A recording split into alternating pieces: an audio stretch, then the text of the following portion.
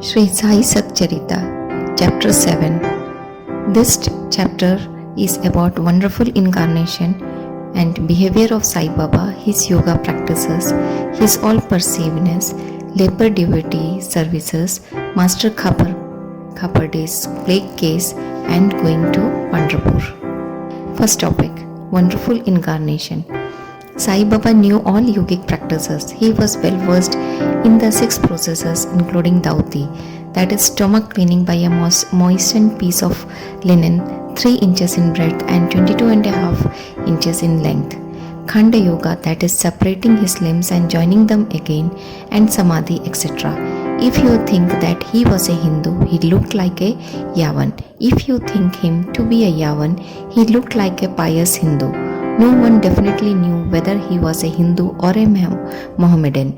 He celebrated the Hindu festival of Ram Navami with all due formalities and at the same time permitted the sandal procession of the Mohammedans. He encouraged wrestling bouts in this festival and gave good prizes to winners. When the Gokulashtami came, he got the Gopal Kala ceremony duly performed, and on Eid festivals, he allowed Mohammedans to say their prayers, that is namaz, in his masjid. Once in the Muharram festival, some Mohammedans proposed to construct a tajia or tabut in the masjid, keep it there for some days, and afterwards take it in procession through the village. Saibaba allowed the keeping of the tabut for 4 days, and on the 5th day removed it out of the masjid without the least compunction. If we say that he was a Mohammedan, his ears were pierced, that is, had holes according to Hindu fashion. If you think that he was a Hindu, he advocated the practice of circumcision. That is true, though according to Mr. Nanasaheb Chandorkar, who observed him closely, he was not himself circumcised. Wide article in Sai Leela on Baba Hindu Ki Yavan by B.V. Dev, page 562. If you call him Hindu, he always lived in masjid. If Mohammedan, he had always the dhuni, sacred fire there, and following things which are contrary to the Mohammedan religion. That is, grinding on the hand mill, blowing of the conch and bells, oblation in the fire, bhajan, giving of food, and worship of Baba's feet by means of arghya, that is water, were always allowed there. If you think that he was a Mohammedan, the best of Brahmins and Agnihotris, leaving aside their orthodox ways, fell prostrate at his feet. Those who went to make enquiries about his nationality were dumbfounded and were captured by his darshana. So none could definitely decide whether Saibaba was a Hindu or a Mohammedan. This is no wonder, for he who completely surrenders himself to the Lord by getting rid of his egoism and body consciousness thus becomes one with him and has nothing to do with any questions of caste or nationality. Such a one as Sai Baba was so no difference between caste and even beings. He took meat and fish with fakirs, but did not grumble when dogs touched the dishes with their mouths. Such a unique and wonderful incarnation was Sai Baba. On account of the merits in my past birth, I had the good fortune to sit at his feet and enjoy his blessed company. The joy and delight I derived therefrom was incomparable. In fact, Sai Baba was pure Anand and consciousness. I cannot sufficiently describe him. His greatness and uniqueness, he who took delight at his feet was established in his own self. Many sannyasis, sadhakas, and all sorts of men aspiring for salvation came to Sai Baba. He always walked, talked, and laughed with them, and always uttered with his tongue, Allah Malik, that is, God is the sole owner. He never liked discussion or arguments. He was always calm and controlled, though irritable at times, always preached full Vedanta, and nobody knew till the last who was Baba. Princes and poor people were treated alike by him. He knew the inmost secrets of all, and when he gave expression to them, all were surprised. He was the repository of all knowledge, still he feigned ignorance. He also disliked honor. Such were the characteristics of Sai Baba. Though he had a human body, his deeds testified to his godhood. All people considered him as the Lord God in Shirdi. Behavior of Sai Baba. Next topic. Fool that I am, I cannot describe Baba's miracle. He got almost all the temples in Shirdi repaired. Through Tatya Patil, the temples of Shani, Ganpati, Shankar Parvati, village deity and Maruti were put in order. His charity was also remarkable. The money he used to collect as Dakshina was freely distributed, rupees 20 to some, rupees 15 or 50 to others every day. The recipients thought that this was pure charity money and Baba wished that it should be usefully employed. People were immensely benefited by having a darshan of Baba. Some became hale and hearty. Wicked people were turned into good ones. Kushta, that is leprosy, was cured in some cases. Many got their desires fulfilled. Without any drops or medicines being put in the eyes, some blind men got back their sight and some lame ones got their legs. Nobody could see the end of his extraordinary greatness. His fame spread far and wide, and pilgrims from all sides flocked to Shirdi. Baba sat always near the dhuni and eased himself there, and always sat in meditation, sometimes with and on other times without a bath. He used to tie a white turban on his head and wear a clean dhotar round his waist and a shirt on his body. This was his dress in the beginning. He started practicing medicine in the village, examined patients and gave medicines. He was always successful and he became famous as a Hakim, that is doctor. A curious case may be narrated here. One devotee got his eyeballs quite red and swollen. No doctor was available in Shirdi. The other devotees took him to Baba. Other doctors would use ointments, anjans, cow's milk and camphorated drugs, etc. In such cases, Baba's remedy was quite unique. He pounded some biba, that is some carpus anacardium, that is marking nuts, and made 2 balls of them. Thrust them on in each eye of the patient and wrapped a cloth bandage round them. Next day, the bandage was removed and water was poured over them in a stream. The inflammation subsided and the pupils became white and clear. Though the eyes were very delicate, the biba caused no smarting, but removed the diseases of the eyes. Many such cases were cured, and this is only an instance in point. Next topic. Baba's yoga practices. Baba knew all the processes and practices of yoga. 2 of them will be described here. The first one is Dauti or cleaning processes. Baba went to the well near a banyan tree at a considerable distance from the masjid every 3rd day and washed his mouth and had a bath. On one occasion, he was seen to vomit out his intestines, clean them inside and outside, and place them on a jam tree for drying. There are persons in the Shirdi who have actually seen this and who have testified to this fact. Ordinary dhoti is done by a moistened piece of linen 3 inches broad and 22.5 feet long. This piece is gulped down the throat and allowed to remain in the stomach for about half an hour or for being reacted there and then taken out. Baba's dhoti was quite unique and extraordinary. The second one, Khanda Yoga. In this practice, Baba extracted the various limbs from his body and left them separately at different places in the masjid. Once a gentleman went to the masjid and saw the limbs of the Baba lying separately at separate places. He was much terrified and he first thought of running to the village officers and informing them of Baba being hacked to pieces and murdered. He thought that he would be held responsible as he was the first informant and knew something of the affair, so he kept silent. But next day, when he went to masjid, he was very much surprised to see Baba hale and hearty and sound as before. He thought that what he had seen the previous day was only a dream. Baba practiced yoga since his infancy and nobody knew or guessed the proficiency he attained. He charged no fees for his cures, became renowned and famous by virtue of his merits, gave health to many a poor and suffering person.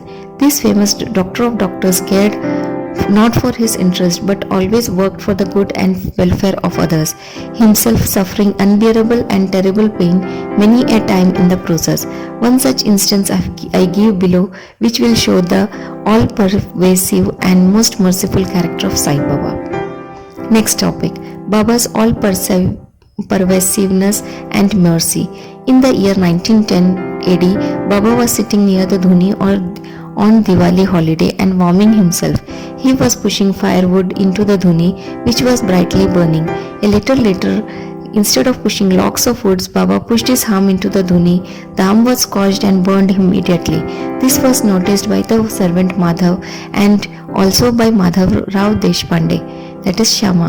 They at once ran to Baba, and Madhav Rao clasped Baba by his waist from behind and dragged him forcibly backward and asked, "Deva, for what have you done this?" Then Baba came to his sense and replied, "The wife of a blacksmith at some distant place was working the bellows of a furnace. For her husband called her. Forgetting that her child was on her waist, she ran hastily and the child slipped into the furnace. I immediately thrust my hand into the furnace and saved the child. I do not mind my arm being burned, but I am glad that the life of the child is burned." Next topic, leper devotees service.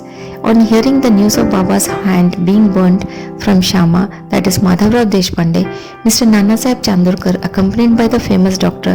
Parmanand of Bombay with his medical outfit consisting of ointments, lint and bandage etc., rushed to Shirdi and requested Baba to allow Dr. Parmanand to examine the arm and dress the wound caused by the burn.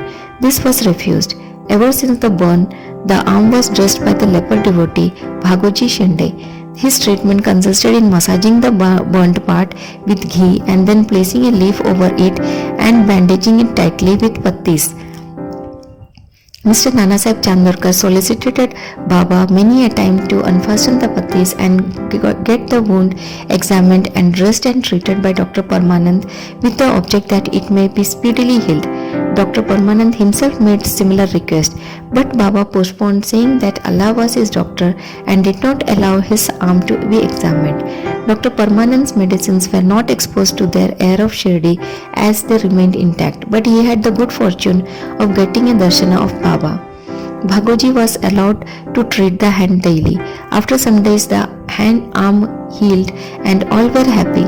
Still, we do not know whether any trace of pain was left or not. Every morning, Bhagoji went through his program of loosening the pattis, massaging his arm with ghee and tightly bandaging it again. This went on till Saibaba's Samadhi. Saibaba, a perfect Siddha as he was, did not really wanted this treatment, but out of love to his devotee, he allowed the upasana, that is service of Bhagoji, to go on uninterrupted all along. When Baba started for Landi, Bhagoji held an umbrella over him and accompanied him. Every morning when Baba sat near the post close to Dhuni, Bhagoji was present and started his service. Bhagoji was a sinner in his past birth. He was suffering from leprosy, his fingers had shrunk, his body was full of pus and smelling badly. Though outwardly he seemed so unfortunate, he was really very lucky and happy, for he was the premier servant of Baba and got the benefit of his company. Next topic, Master Khapade's plague case. I shall now relate another instance of Baba's wonderful Leela. Mrs. Khapade, the wife of Mr. Dadasaheb Khapade of Amravati, was staying at Shirdi with her young son for some days. One day the son got high fever, which further developed into bubonic plague. This mother was frightened and felt most uneasy. She thought of leaving the place for Amravati and went near Baba in the evening when he was coming near the Wada. Now it is the Samadhi Mandir. In his evening rounds for asking his permission, she informed him in a trembling tone that her dear young son was down with plague. Baba spoke kindly and softly to her, saying that the sky is beset with clouds, but they will melt and pass off and everything will be smooth and clear.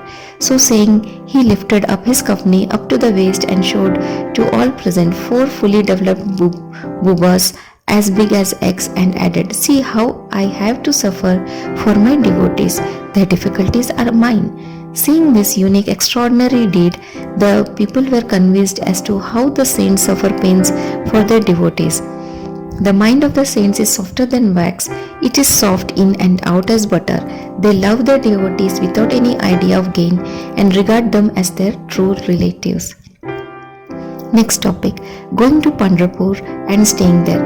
I shall now close this chapter after relating a story illustrating how Sai Baba loved his devotees and anticipated their wishes and movements. Mr. Nana Sahib Chandorkar, who was a great devotee of Baba, was Mamlatadar at Nandurbar in Khandesh. He got an order of transfer to Pandharpur. His devotion to Sai Baba bore fruit as he got an order to go and stay at Pandharpur, which is regarded as Bhuvai Kunta, that is heaven on earth. Nana Sahib had to take immediate charge, so he left immediately for the place without even writing or informing anybody at Shirdi. He wanted to give a surprise visit to Shirdi, his Pandharpur, see and salute his Vithoba, that is Baba, and then proceed. Nobody dreamt of Nana Sahib's departure for Shirdi, but Sai Baba knew all about this as his eyes were everywhere, that is omniscient. As soon as Nana Sahib approached Nimgaon, a few miles from Shirdi, there was a Steren masjid at Shirdi. Baba was sitting and talking with Malsapati, Appa Shinde and Kashiram when he at once said, "Let us all four do some bhajan. The doors of Pandari are open.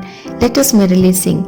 They began to sing in chorus, the burden of the song being, "I have to go to Pandharpur and I have to stay on there, for it is the house of my Lord." Baba sang and the devotees followed him.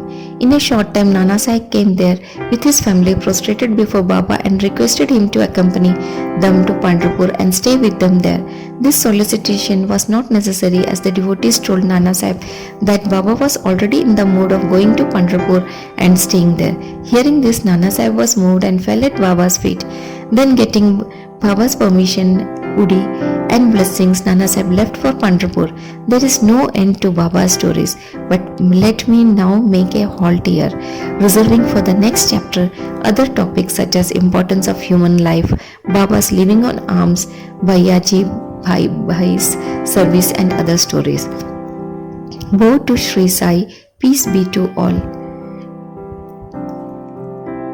Now the last topic, Kushal Chand of Rahata. Baba loved Ganpat Kote Patil of Shirdi. He equally loved all Chandrabhan's Shet Marwadi of Rahata. After the demise of this Shet, Baba loved his nephew Kushal Chand equally, or even perhaps more, and watched his welfare day and night, sometimes in a bullock cart, at other times in a tanga with intimate friends. Baba went to Rahata. People of that village came out with band and music and received Baba at the west or gate of the village and prostrated before him. Then he was taken into the village with a great eclat and ceremony. Kushal Chand took Baba to his house, seated him on a comfortable seat and gave him a good lunch. Then they talked freely and merrily for some time, after which Baba returned to Shirdi, giving delight and blessings to all. Shirdi is midway between an equidistance from Rahata on one side, that is south, and Nimgaon on the other side, that is north. Baba never went beyond these places during his lifetime. He knew exactly the timing of arrivals and departures of all trains. Devotees who acted according to Baba's instruction given at the time of taking his leave fared well, while those who disregarded them suffered many a mishap and incident. More about this and other matters will be told in the next chapter. Woe to Shri Sai, peace be to all.